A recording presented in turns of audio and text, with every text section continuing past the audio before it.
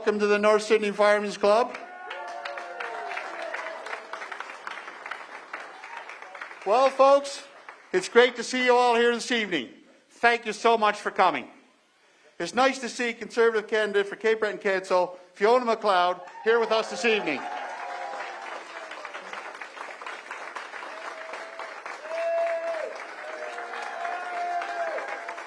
Fiona, you have a large riding to cover too, so I'm really glad you can make it here with us this evening. Now I'd like to introduce to you Erin O'Toole, leader of the Conservative Party of Canada.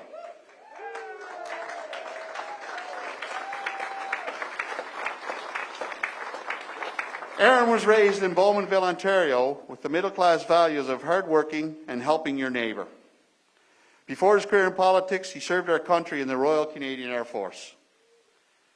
After he completed his active service in the military, he pursued a law degree at Dalhousie University right here in Nova Scotia. And that's where he met his beautiful wife, Rebecca. In 2012, Erin decided to run as a Conservative candidate, and since winning his seat, he has held senior positions in Parliament, including Minister of Veterans Affairs. And in August 2020, he was voted as leader of Canada's Conservatives.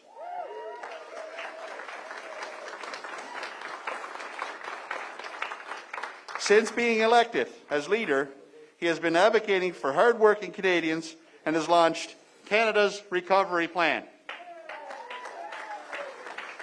So, ladies and gentlemen, please help me welcome the next Prime Minister of Canada, Erin O'Toole.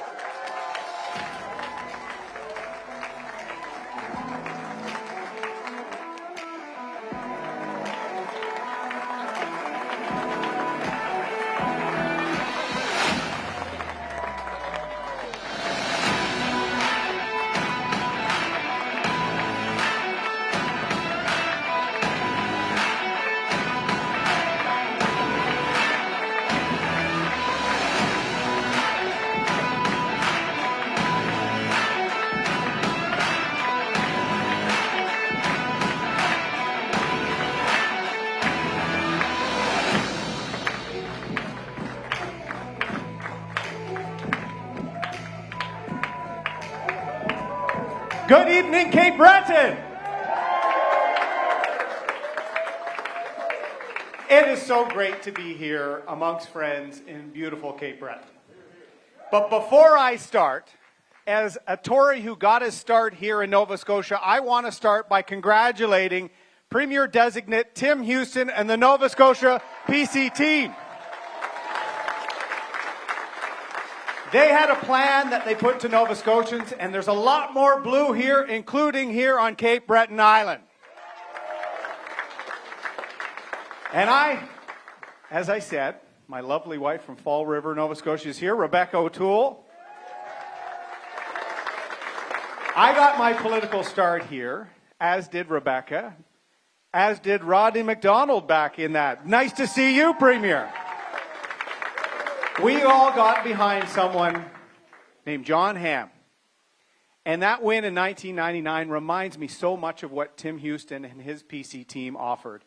Vision for all families in all parts of Nova Scotia.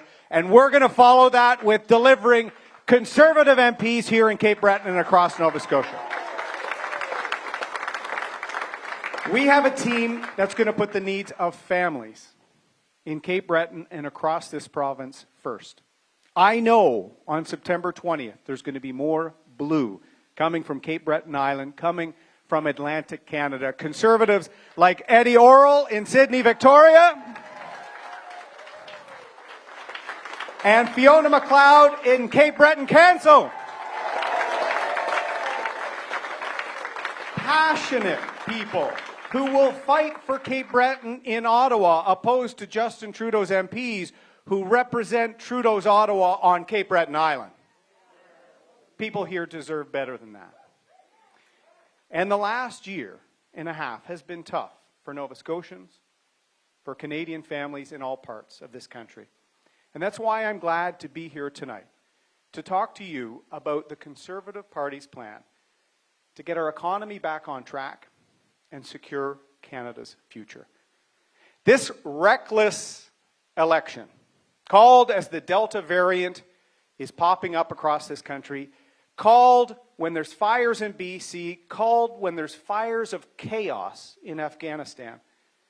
Mr. Trudeau putting his interest ahead of the national interest. But as Conservatives, this election does give us the choice to show Canadians that there is a plan to secure the future. Hear, hear. Because I will often say this, friends, and you know that in Cape Breton just as we know it across this country. Our country in this election is at a crossroads. And the two paths ahead of us could not be more different. The first path, the one we're on, is the one of Justin Trudeau, Jagmeet Singh, and the Green Party. No plan for Canada's recovery after the pandemic. In fact, they want to shut down entire industries, leaving tens of thousands of families hanging at a time we need those jobs more than ever. None of them in those parties have a plan to get Canada out of debt. In fact, the NDP and the Greens love spending your hard-earned money just as much as the Trudeau Liberals do. None of them have a plan to get that under control, and that's why inflation is suddenly a problem in Canada for the first time in 40 years. Those parties don't realize that costs are skyrocketing for families who are also seeing their wages shrink. And when Justin Trudeau, who called this election, was asked about inflation and its impact on families, he said he doesn't think about monetary policy because it doesn't matter to families. Wow. Those are the words of a prime minister totally disconnected from the cost of living crisis we feel here in North Sydney, on Cape Breton Island, and across this country. But thankfully, that's the path we're on now. But at this crossroads, there is another path.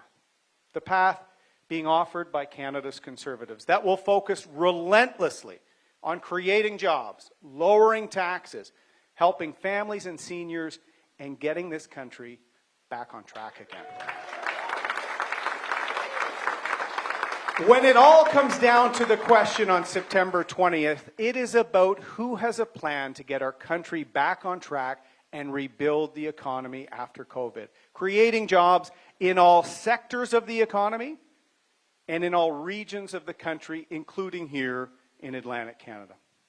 Helping the world-class tourism sector on Cape Breton Island find its footing again. Investing in the sustainable development and export of our world-class seafood industry.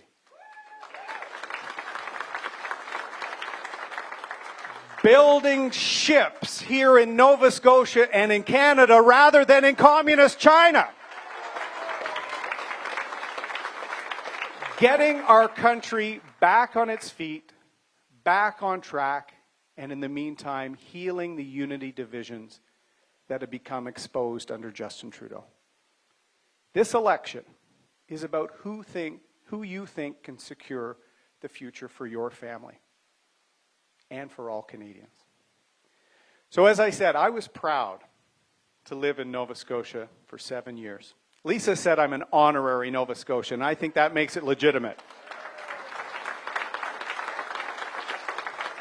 Serving in the Canadian Armed Forces did bring me to Shearwater, to Nova Scotia, but it was falling in love with a girl from Fall River that kept me in Nova Scotia even longer.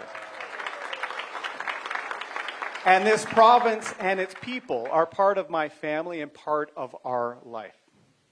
But my time in the military, serving here in Atlantic Canada, taught me many things, but most importantly, you need a plan for every mission you're on.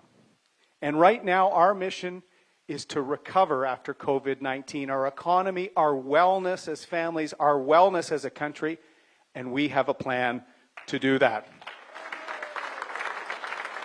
Canada's recovery plan will get our economy firing on all cylinders in Cape Breton, in Nova Scotia, in all parts of this country. There's 5 pillars to it. We're going to secure jobs by recovering 1 million jobs in 1 year, getting families back to work. We're going to secure accountability by bringing in some of the toughest anti-corruption and transparency laws to clean up the mess in Justin Trudeau's Ottawa. We are going to secure mental health and wellness. The shadow pandemic within the COVID-19 pandemic, we're going to bring forward a Canada Mental Health Action Plan and help our neighbors. Our fourth pillar, we're going to secure our country. We're going to be more ready in the future. We're going to have vaccine capacity, rely on ourselves, because we saw in a crisis, you have to rely on yourselves. So you're going to see a lot more made in Canada with a Conservative government. And finally, our fifth pillar, we're going to secure our economy by balancing the budget over the next decade, because we cannot burden our children and grandchildren with Justin Trudeau's reckless debt.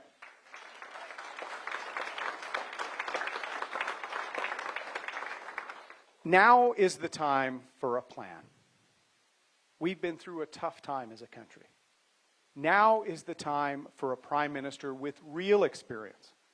Now is the time for a team with members like Eddie and Fiona who will put Canadians first. The alternative is more of the same from Justin Trudeau and the NDP and the Greens. More insider deals, more ethical scandals, more cover-ups, more entitlement, and a Liberal government that is borrowing $424 million every day more than we're bringing in as a country. Shame indeed. That's $500 million a day he's spending. And what's that leading to? It's driving up the cost of everything. And families are seeing that across the country. Gas for your car or truck, going up. Groceries for your family, going up. Back to school clothes for your kids, going up.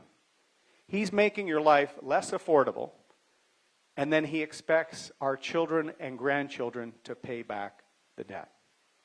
From day one, a Conservative government will work tirelessly to make life more affordable for you and your families. That will start by a GST holiday in the month of December to give families a break and put $1.5 billion back into the pockets of Canadians. And into the cash registers of Main Street, because you have to use the holiday in a bricks and mortar store, not for a web deal out of the United States. We will cut your gas bill. We will cut with competition your phone and internet bills. We will get grocery bills down, and we will create more solid, well-paying jobs across this great country.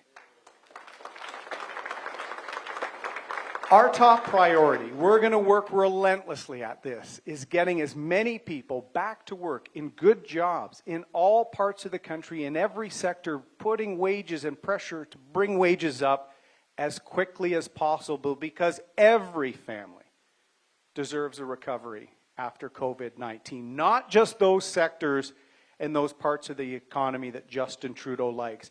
Building back better means Justin Trudeau decides who gets an economic recovery, while with Canada's Conservatives, all Canadian families are going to see a recovery from COVID-19. We will not leave Canadian workers behind, because they all deserve a break, and they all deserve a future for their children. We will start a new hiring initiative to pay 25% of the salary of new hires for 6 months, with a bonus of 50% to employers who hire people who've been chronically unemployed for longer. That's about giving people an opportunity to work and provide for their families. And we will have targeted support to help the tourism and hospitality sector here in Nova Scotia and across the country, recovering, saving those industries, and incentivizing Canadians to discover this great country so that more Canadians can come and explore beautiful drives like those and places right here in Cape Breton, on Cape Breton Island. You know, my first time in Cape Breton Island was part of the Navy's team to run the Cabot Trail Relay. I don't think I could do it now. I'm running a lot now, but I couldn't run Smoky, that's for sure. But the vistas, the music, the culture, the people of Cape Breton are spectacular, and I want more Canadians to discover that. We will also double funding for small craft harbors to support jobs and economic opportunity in communities here and across the province. Everyone needs an economic recovery after this last year and a half. And you know, I love this country. Hear, hear. And I know you love it too. In fact, there's a pride here in Cape Breton that is contagious. Ours, I think, is the greatest country in the world. And we must walk the road of reconciliation with Indigenous peoples. We must heal wounds from our past and inequalities in our present. We must and we will muster our true patriot love to help Canada be the country we know it can be for everyone. Millions came to Canada for liberty, for opportunity, and I was reminded of that today at Sydney Harbour, where the statue said, "For a land of our own." The millions of people who came to Canada and are proud of the country. The Liberals, the NDP, and the Greens always seem to want to tear the country down, always focused on where we have fallen short or where we're falling short, never focused on where we've stepped up. Well, I want to build the country up.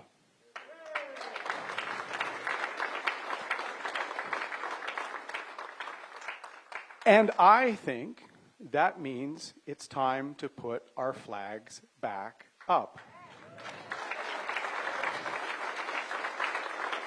And as we do that, as we see that majestic maple leaf, that is when we rededicate ourselves to reconciliation, to building that country, to healing from the failures of our past. Because if you don't love your country, are you going to dig deep to make it even better? So friends, when he was first running to be Prime Minister, Justin Trudeau was asked what country he most admired. Do you remember what his answer was? Well, now, friends, I'm running to be Prime Minister, and I want to tell you the country I most admired is the country I've tried hard to serve every day of my life, Canada. I believe our best days are on the horizon. I believe we can bring back hope to this country. I believe we can create 1 million good jobs in the next year. I believe we can get the cost of living under control. I believe we can recover our economy and recover hope in corners of the country where it's missing. And our plan is how we're going to do it.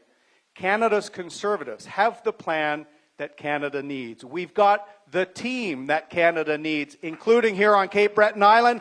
So let's secure the future. Let's get to work. Thank you very much.